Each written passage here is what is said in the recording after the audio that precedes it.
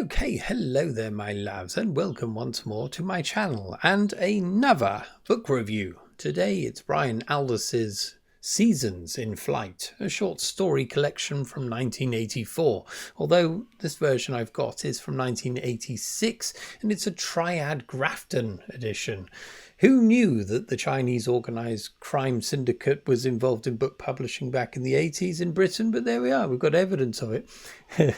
Now, apologies for the sound in the background. Some fucker likes sawing wood at this time of the day for some reason and will not fucking quit. Anyway, let's get the cover up. This is a scan of my edition, and the painting, rather wonderful one, is by a Mark Salowski. The man that put wow in Salowski.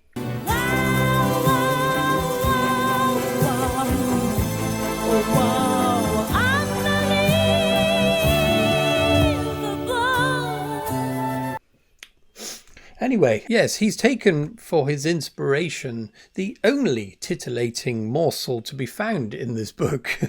So if we venture right to the end, the very last short story, what is it called? Yeah, A Romance of the Equator. Salowski got to this paragraph and thought, yeah, that'll do.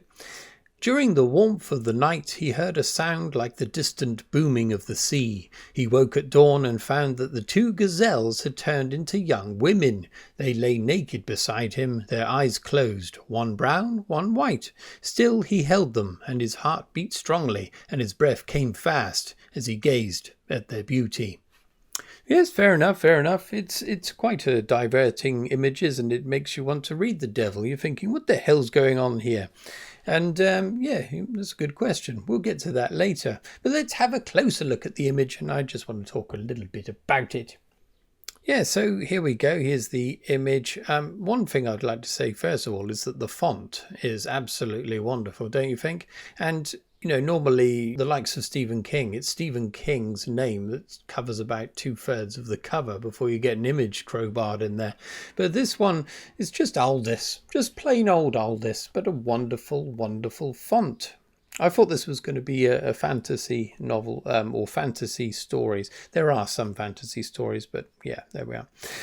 But yeah, it's rendered a really wonderful image, and it encapsulates the title there, Seasons in Flight. So we've got a depiction of the winter and the autumn and summer and spring, really, all in one image. And of course, we've got that coupling at the bottom there, or a triumvirate of naked people.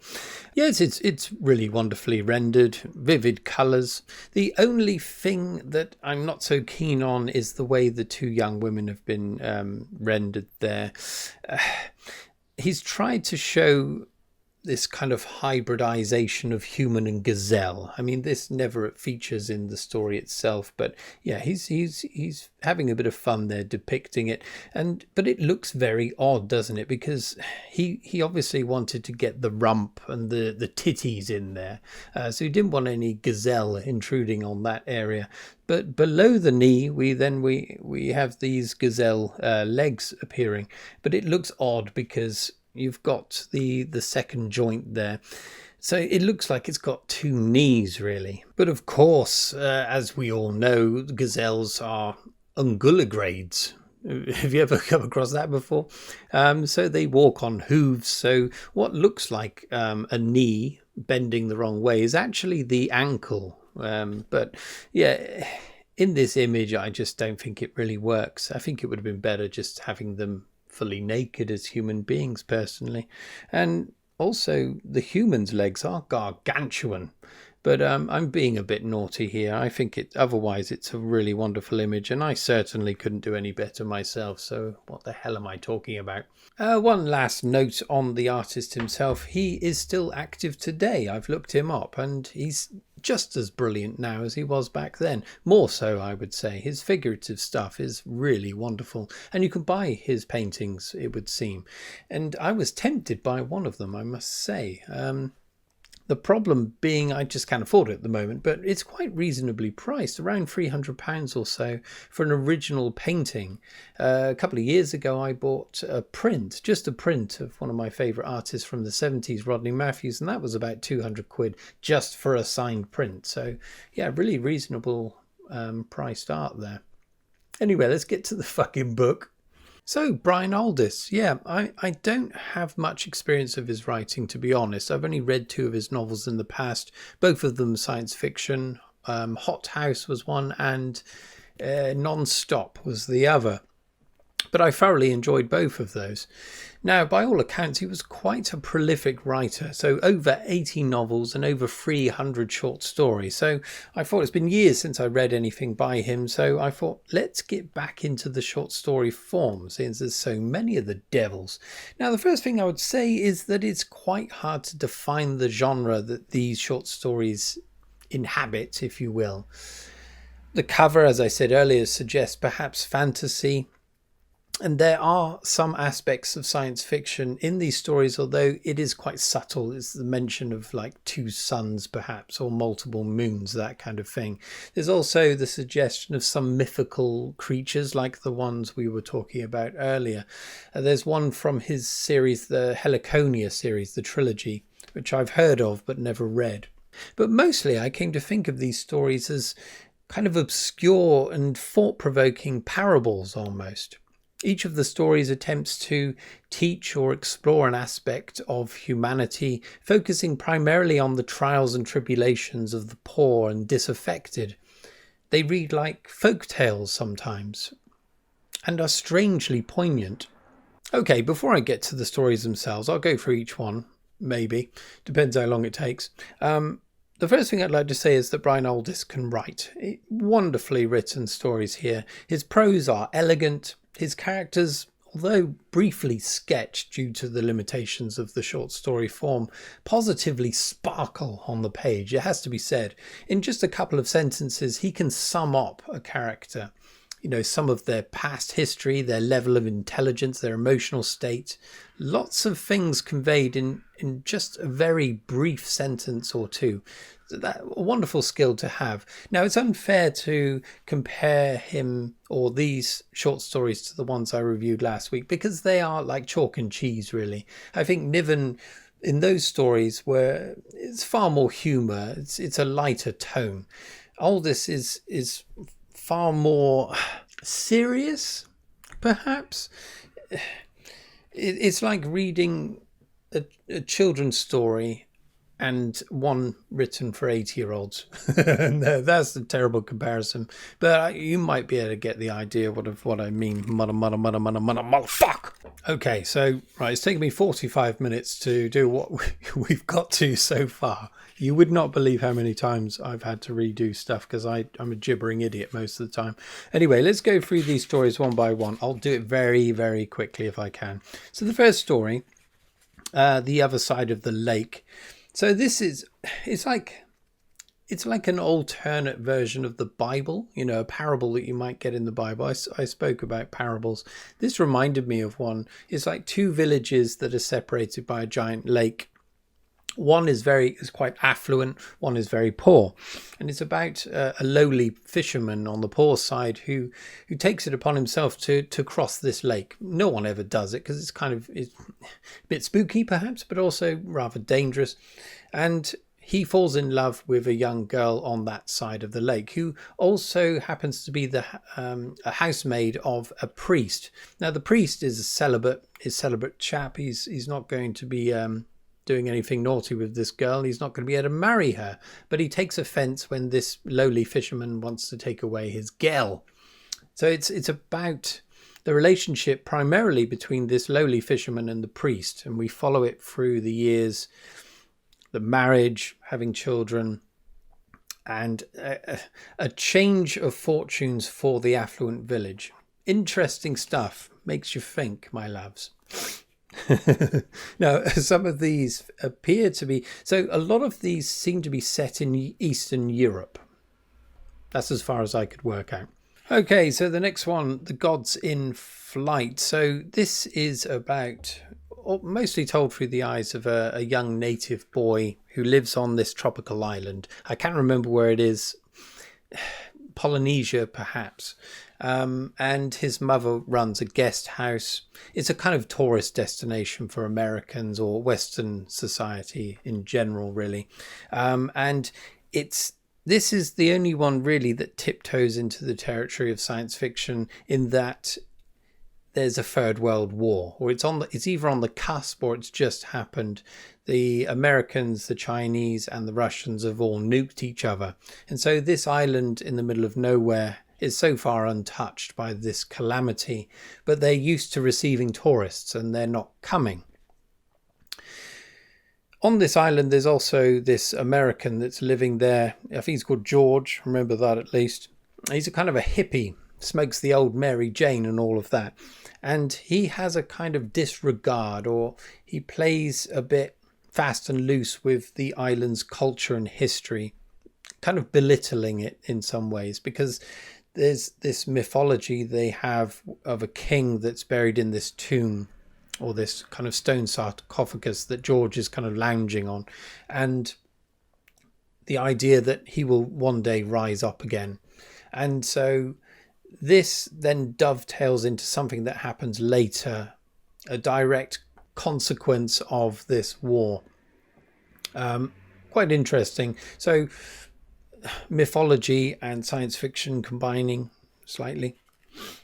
A blue background. I don't remember that. Yes. Okay, so the blue background, that was really interesting. Again, so this one is set in Eastern Europe somewhere. I can't remember where. But it's, again, about a small town or village. I think it's more of a village in the middle of nowhere. They're just scraping by, half starving most of the time by the sounds of it. And this boy, his family have a farm, a lowly farm, and on their land there's this ruined church. So it's fallen down. No one in this village has any religion, but there is a depiction of Christ on what remains of the altar, and a very crudely rendered carving of Christ on the cross. And this boy is obsessed with it. He knows there's something about it that's mesmerizing, although he has no knowledge of religion or anything. And at some point, a photographer comes to the village, to making his way across the land, documenting the old ways of life. It appears to be on the cusp of the Second World War, perhaps. I'm not quite sure. I can't quite remember, more like. And no one's interested in this chap. In fact, the villagers are quite keen on like duffing him up and robbing him, actually. But in the end, they don't do that. But he finds nothing of interest there, until the boy says, look, I've got something for you here. And he wants him to photograph this depiction of Christ. Now, I won't say about what happens at the end, but it's interesting. It's in photographing what this boy loves, the way it becomes rendered in this book at the end of it completely destroys what he loved about it. Terrible way of describing it, but there we are. Okay, Eager and the Mountain. Again, this is like a parable.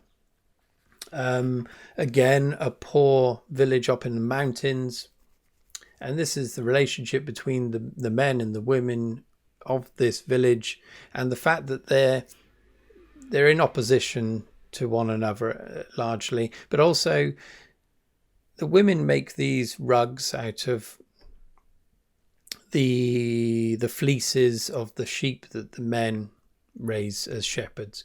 And so there's a commerce between the top of the mountain, this village, and a more affluent village at the base of the mountain. So there's a trade in these kind of carpets or rugs, and the cheese that's made from the goats or the sheep. I can't remember which now. And the mayor of this lowly village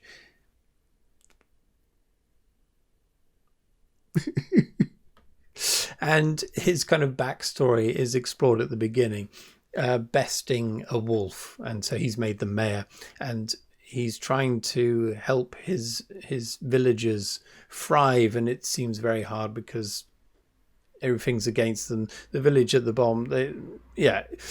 Anyway, it's his story about getting out of that situation. Bet you want to read that one now. Right, Incident in a Far Country. Don't remember this. Yes, I remember this. So, Incident in a Far Country, this is about a prince. He presides over a paradise, really. But it's all off the back of slave labour. And it's about him. Initially, he's sympathetic to the slaves that are doing everything for him, but it backfires. There you go. I'm going to keep that one short and sweet. The next one is a novella. This is the one set within the Aldiss's Heliconia trilogy. It's based on it. I don't think it features in that trilogy itself, but it's called The Girl Who Sang. And it's interesting about a man who first befriends and then weds a girl who can only sing in another language. He learns the language and they're able to communicate. There's some communication between them of a sort, but all through song. I'm trying to think what I was thinking about this. It's kind of about, again, a man trying to take something beautiful but not really understanding what he's got. Set amidst a war. Now, I did that video the other day about overly intellectualized reviews. You won't get that here, my loves. You'll get shambolic shit on a daily basis. Right, the next one, The Plain, the Endless Plain. Right, okay, I forgot about this one. I found this one very interesting. It's about a tribe that's being hounded through a forest. This one is really well imprinted because I quite enjoyed this one. Very strange and obscure. Hounded through a forest, out onto an endless plain without end. No features on this plain, and they're being hounded constantly, like through generations. The pursuit goes on and on and on. But we know that there's something not quite right. We're not dealing with humans here. Their form of reproduction is very odd, let's put it that way. And when their children are born, there's millions of the devils. Well,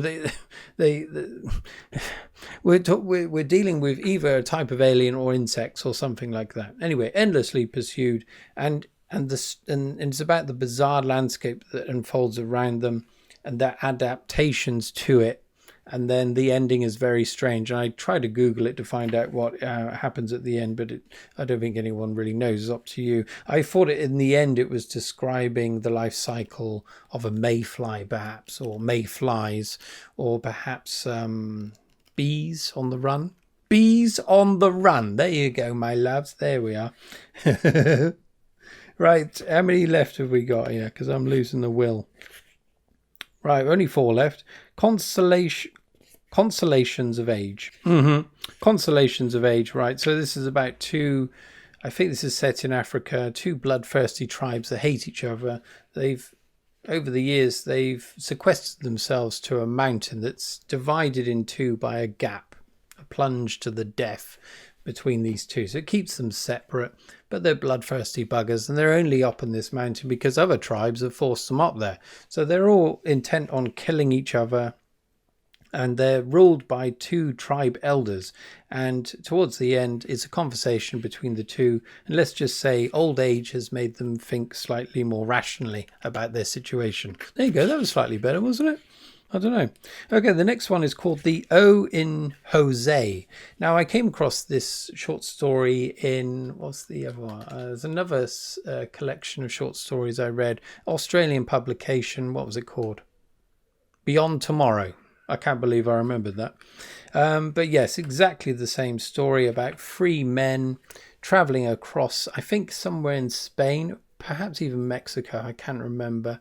But they're not native to this area. They come across a rock on a precipice, and the name Jose is scratched into it. Jose. And the 3 men each have a stab at, to while away the time. to come up with a story that would explain this name being carved in the rock. I quite liked reading that again, I must say. The next one is called Juniper. It's just over a page long. And I really loved this one. Now, this will be a spoiler here, but when you're spoiling a one-page story, I don't think it's too much of a disservice. But it's basically a tree lamenting about its situation. The fact that it doesn't have any other trees near it, no other forms of nature even.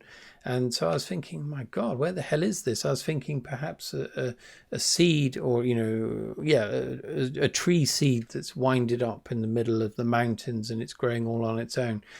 However, spoiler, skip ahead if you will, it's the lamentations of a bonsai tree. So it's been curtailed. Everyone likes to look at it and thinks it's a majestic representation of a tree, but it's diminutive, it's tiny, its roots have been cut, and it's contained within just a small amount of soil, and it's looking out and thinking, shit, I want to be out there where I'm not a little bastard tree. Right, the last one is A Romance of the Equator. We covered that little. Again, this is like a piece of mythology almost. Again, was it a prince? I can't remember. So I've got to give you all the details, my loves. Okay, so a young boy living on the equator, an island perhaps, a volcano goes nuts, destroys his family. He goes off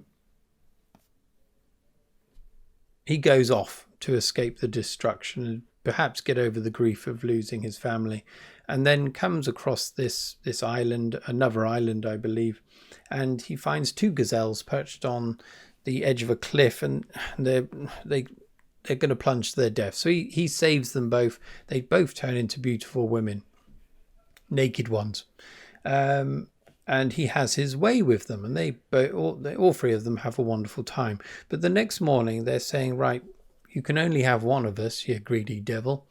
But he says, no, I want both of you. I've got enough love for both of you. And so these two gazelle human hybrids, they agree, but reluctantly. And it's all about, well, what I took from it was, and it's something, well, this is my interpretation of it. I think men specifically, they always go for beauty. Later on, they work out what this person's all about. Now, if they're lucky, this person will be the way they want them. Well, not the way they want them to be, but they will both get on because they're either of equal intelligence or they just get on, my loves, or they won't get on. They won't stand each other. And I think that's the trouble a lot of people make, is initially going for looks and then realizing that there's nothing there. Anyway, it's kind of dancing around that idea. That was my reading. I'm sure it's nothing to do with that. Anyway, fucking awful that was, wasn't it? Anyway, let's get the devil down and give it one hell of a thrashing. I'm going to give this collection 4 out of 5. Yeah, I really enjoyed them. Yeah, I was going to say something more then, but I'm just thinking that was quite likely one of the worst reviews I've ever done. But I'm not going to re-record it. That's the problem. But yeah, I really enjoyed it, and I want to read more of Aldiss's work. Here we are. Let's leave it there. Thank you for watching, my loves. Sorry, I'm kind of negative today. I'm sorry about that. But yeah, I've given it my level best, and it's obviously not good enough today. But you win some, you lose some. Anyway, cheerio. Love you.